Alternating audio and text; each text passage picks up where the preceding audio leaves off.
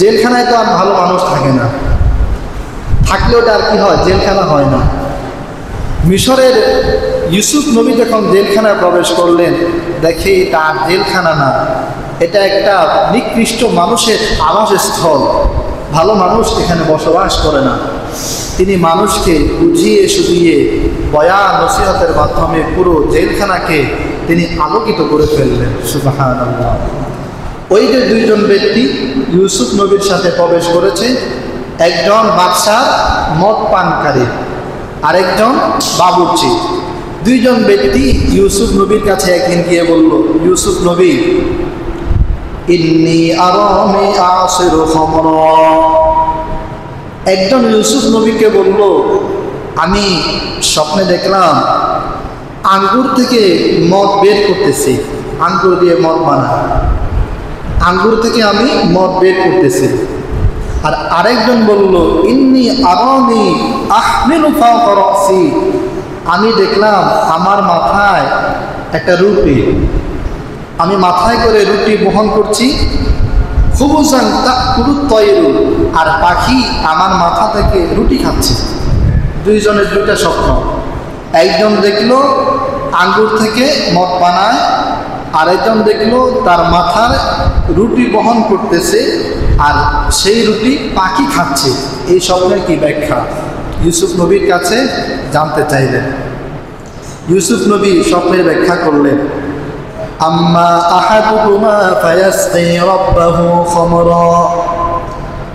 ইউসুফ নবী বললেন, যেই ব্যক্তি স্বপ্নে দেখেছে সে আঙ্গুর থেকে মদ বানায়, অচিরেই সে জেলখানা থেকে মুক্তি পাবে, আবারও সেই তার আগের কাজে ফিরে যাবে।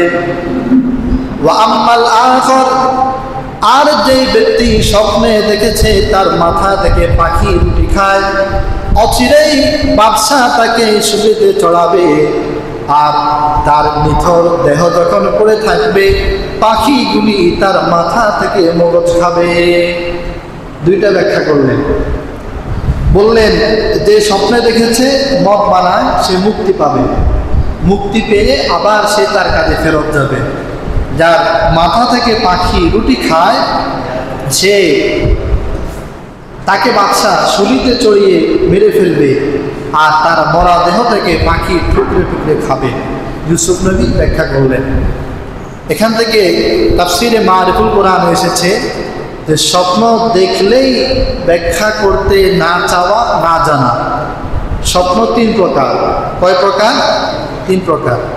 একটা হচ্ছে হাদিসুন নফস, মানুষ সারাদিন যা কিছু করে সেটা স্বপ্নে দেখে, এটা হচ্ছে একটা বেহুদা স্বপ্ন, এই স্বপ্নের কোনো কি নেই, ভিত্তি নেই।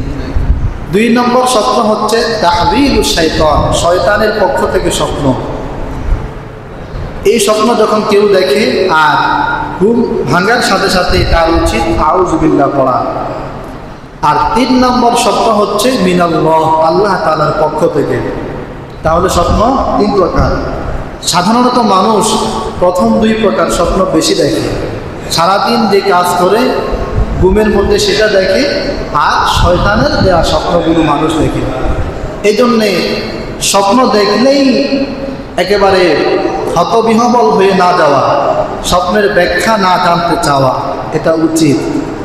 আর যদি স্বপ্নের ব্যাখ্যা জানতে চাওয়া হয়, যার কাছে স্বপ্নের ব্যাখ্যা চাওয়া হবে তিনি না জানলে ব্যাখ্যা না দেওয়া, কারণ ব্যাখ্যা দিয়ে দিলে যে ব্যাখ্যা দিবে সেটাই ঘটবে।